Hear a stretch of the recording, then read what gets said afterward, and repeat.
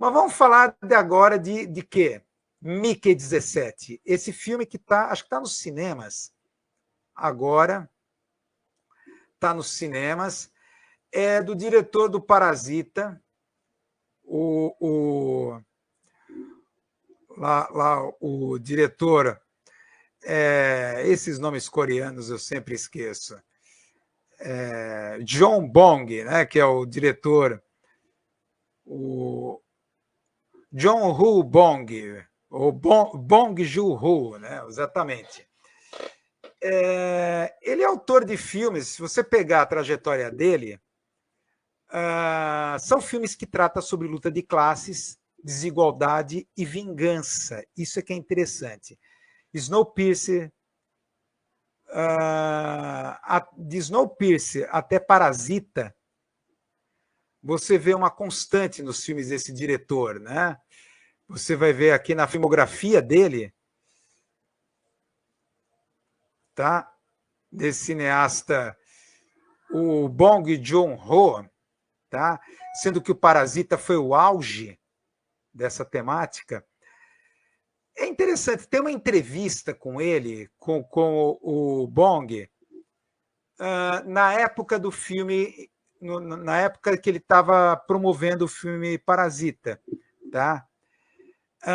Ele refletiu, claro que veio a pergunta, né, do porquê ele tinha uma predileção por comédias de humor negro e o tema da vingança ser assim tão popular no filme coreano, os filmes sul-coreanos, tá? E tratar tanto de desigualdade, luta de classes, etc.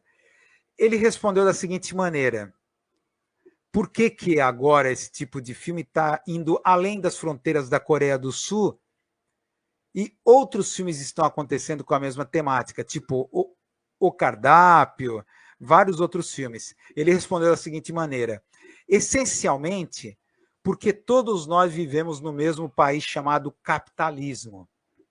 Foi a resposta interessante que o Bong deu, que a gente está vivendo, olha, a gente está vivendo num único país, que é o capitalismo.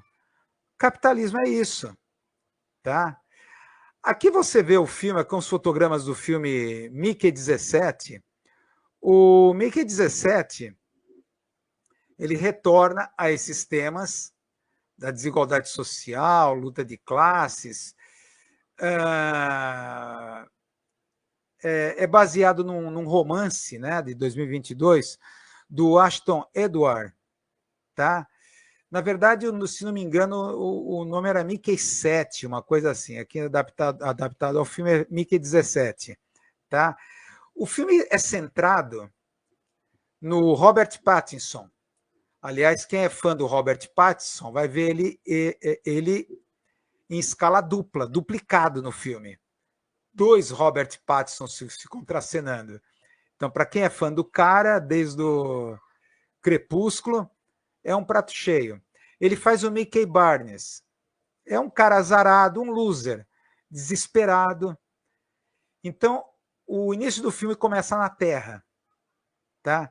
Ele e um amigo dele estão nas mãos de um agiota, que manda os capangas atrás deles, sendo que esses capangas estão empunhando uma serra elétrica high-tech. Tá? Estão atrás do dinheiro de volta. Por quê? Porque o Mickey e o amigo dele, o Timo, que é um oriental, né, o Timo, eles pegaram dinheiro do agiota para abrir o próprio negócio, uma loja de macarrão oriental, que faliu. Tá?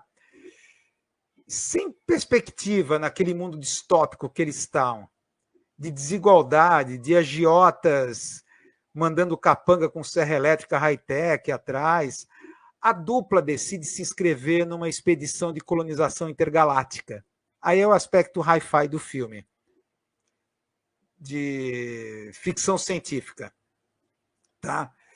Então eles decidem, vão sair da Terra, vamos inscrever numa expedição de colonização intergaláctica, sendo que o destino é um planeta gelado, distante, chamado Niflheim, é o nome. Tá? Qual é o projeto dessa colonização? Essencialmente, aí vem a crítica do Bong, essencialmente é levar para outro planeta o que existe pior no capitalismo. É o capitalismo mesclado com fundamentalismo religioso. Capitalismo mesclado com fundamentalismo religioso. Levar para outros planetas. Tá? Quem está liderando é um personagem aqui feito pelo Mark Ruffalo. Tá? Ele é um congressista chamado Kenneth Marshall, que é outro loser também, porque se candidatou 2 vezes à presidência e não conseguiu. O Kenneth Marshall, feito pelo Mark Ruffalo. Tá? Então, ele tem ideias na cabeça de pureza racial, pureza genética, misturando tudo isso com capitalismo, meritocracia, e fundamentalismo religioso, fundamentalismo cristão. Nada mais contemporâneo. Tá? Então, a questão é o seguinte, o Bong Joon-ho, ele adiou o lançamento desse filme. Vocês devem estar lembrados do filme passado, que a gente falou, o Dia Zero, aquele filme com o Robert De Niro, aquela minissérie da Netflix, que ao contrário do Dia Zero, que foi sem time, lançado sem time agora, em plena derrota do Biden, tornando o Dia Zero sem sentido. A gente falou isso na semana passada. Ao contrário, esse filme parece que o Bong Joon-ho adiou de propósito. Ele teve um estranho feeling, porque esse filme ele foi roteirizado em 2022, filmado em 2023. Então, pela Warner, esse filme era para ser originalmente lançado o ano passado, 2024. Inexplicavelmente, o diretor pediu adiamento. Foi inexplicável.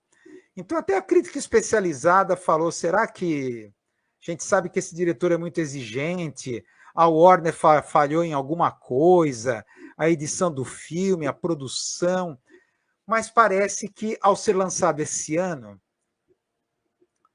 o timing sincronístico desse diretor foi um tiro certeiro. Tá? O Mark Ruffalo, esse personagem, ecoa ao mesmo tempo Trump e Musk. Tá? Você sabe que o Trump está vivendo essa dobradinha com Elon Musk, rumo a Marte com a SpaceX. E agora temos o Mark Ruffalo fazendo um personagem típico Trump, que também é uma ideia de colonização de outros planetas. É tentador. O filme é sombriamente oportuno. É uma comédia de humor negro, mas assim, sombriamente oportuna. Ou melhor, eu diria até desconfortavelmente oportuna, que lembra tudo o contexto atual dos Estados Unidos. Essa dobradinha Trump e Musk. E essa viagem nessa colonização intergaláctica, né? Então, parece que o diretor ele acertou o timing. Ele percebeu, não, o Biden não vai ganhar a eleição. Vai o Trump, eu vou lançar esse filme porque o Mark Ruffalo está muito legal, ele é um Trump. Quer dizer, os dois, o Mark Ruffalo faz tanto o Musk quanto o Trump, né? Com o seu delírio fundamentalista intergaláctico dele, né? Mas o mais interessante do filme é a questão da precarização. O Bong Joon-ho, como eu falei, o tema dele é da luta de classes, e ele toca na questão da precarização. Tá? Aí entra a figura do Mickey, né? Desse loser, né? Do Mickey. O Mickey acaba se inscrevendo junto com o amigo dele, nessa expedição intergaláctica. O amigo dele até tem certas qualificações, então ele vira piloto. O coitado do Mickey não tem a menor autoestima, ele acha que as qualificações dele são péssimas, Então, para ele, só apenas restou um único trabalho. O trabalho de ser como é mesmo o termo que ele... Tem um termo que eles utilizam aqui, vou usar o termo assim, um dispendível. Dispendível. Ele assina o contrato sem ler as letras pequenas, você será um dispendível. O dispendível pertence a uma subclasse de humanos descartáveis. Tá? Por quê? Porque é feita uma leitura das suas memórias, da sua personalidade, e, na verdade, esses dispendíveis, como o próprio nome diz, são pessoas feitas para morrer. Porque eles são descartáveis. Então, significa que as diversas versões do Mickey, o Mickey 1, 2, 3, 4, até chegar a 17, vai morrendo das piores formas possíveis. Então, eles são usados para testar o efeito da radiação no planeta, ou se o planeta tem alguma doença. É claro que o Mickey ele vai morrendo de diversas maneiras, tá? De maneiras até hilariamente suicidas. Tá? E a pergunta que mais se faz para ele é: o que é morrer? Como você se sente morrendo? Tá? É bem interessante. O filme aponta para uma precarização radical, porque até agora a gente está vendo a precarização do trabalho. O trabalho se tornou precário, mas vai chegar um momento em que nós somos os precários. O nosso próprio corpo é precarizado. Então significa que o Mickey morre e o corpo é jogado numa fogueira, num forno chamado ciclador. Então, esse corpo nesse ciclador, misturado com restos de detritos de resíduos orgânicos da nave, seu corpo é reimpresso. Uma impressora 3D vai reimprimir o seu corpo, feito de material reciclado, dos detritos da espaçonave, detritos orgânicos, ou restos do seu próprio corpo jogado no chamado ciclador. É uma distopia total, o filme. Então, o Mickey 17 ele se satisfaz com uma gerente da segurança ali da nave que se apaixona por ele, e ela consegue perceber que cada versão do Mickey tem a sua humanidade. Tá? A única pessoa que trata ele como humano, não como um dispendível. Tá? Não como um dispendível. Tá? E o que acontece? O problema é a versão 17 do Mickey. Quando eles estão nesse planeta gelado, o que acontece? Ele cai num buraco enorme e tal. Era para morrer ali. Só que surgem animais, os chamados creepers, que são animais estranhos ali, mas eles têm uma índole boa. Salvam o Mickey 17 da morte, dele morrer ali congelado. Alimentam ele e tal, e ele sobrevive. Só que uma versão 18 já está rodando na impressora da nave. Então, o problema é que o Mickey 17 e 18 vão conviver juntos na nave. Isso cria um puta problema ético. Puta problema ético. Dois dispendíveis não podem conviver. Tá? É claro que o Mark Ruffalo, né, o Trump aqui da vez, ele vai utilizar essa dupla, né, para servir de carro-chefe de propaganda, para transformar esses creepers em inimigos externos. Então tem aquela visão clássica da ciência política de você criar algum tipo de inimigo externo. Tá? Mas são animais de índole boa, que ele transforma em monstros. Tá? Então é bem interessante esse filme. Está aqui. Não, aqui já é. Aqui é outra coisa. Aqui está outra coisa que ficou aqui da semana passada. Então, é um filme bem interessante, onde o diretor retorna aos temas da luta de classes, da desigualdade, Mas aqui leva à questão específica da precarização, tá? Só que o final é otimista, é surpreendentemente otimista. Eu não vou contar o final, claro, não vou dar spoiler, mas ele vai encontrar ali a solução da luta de classes no quê? No amor, na bondade, camaradagem, heroísmo e sacrifício. Pela primeira vez, um filme do Bong Joon-ho termina de forma otimista. Tão otimista que ele vende a solução para a luta de classes. Então, volta aqui a filosofia do primeiro filme. Não existe almoço de graça nos Estados Unidos.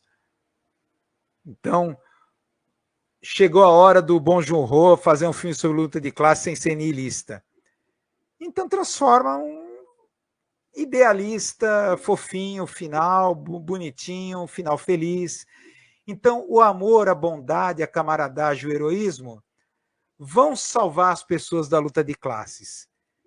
Então, é um final assim surpreendentemente idealista, otimista, esperançoso, coisa que você não vê nos filmes anteriores do Bong Joon-ho, tá? Que trata aqui sobre luta de classes e uma série de coisas. Então, tá aí uma recomendação, é interessante esse filme, principalmente pela questão do humor negro, que é muito legal. Você sabe que esse humilde blogueiro adora filmes com essa pegada, mas principalmente as mortes, as sucessivas mortes do Mickey, são hilárias, assim. Tem umas mortes que são realmente hilárias, tá? É isso. Então, olha, a Fernanda falando, vamos dar joinha para esse vídeo, vamos curtir, dá curtida, curtir.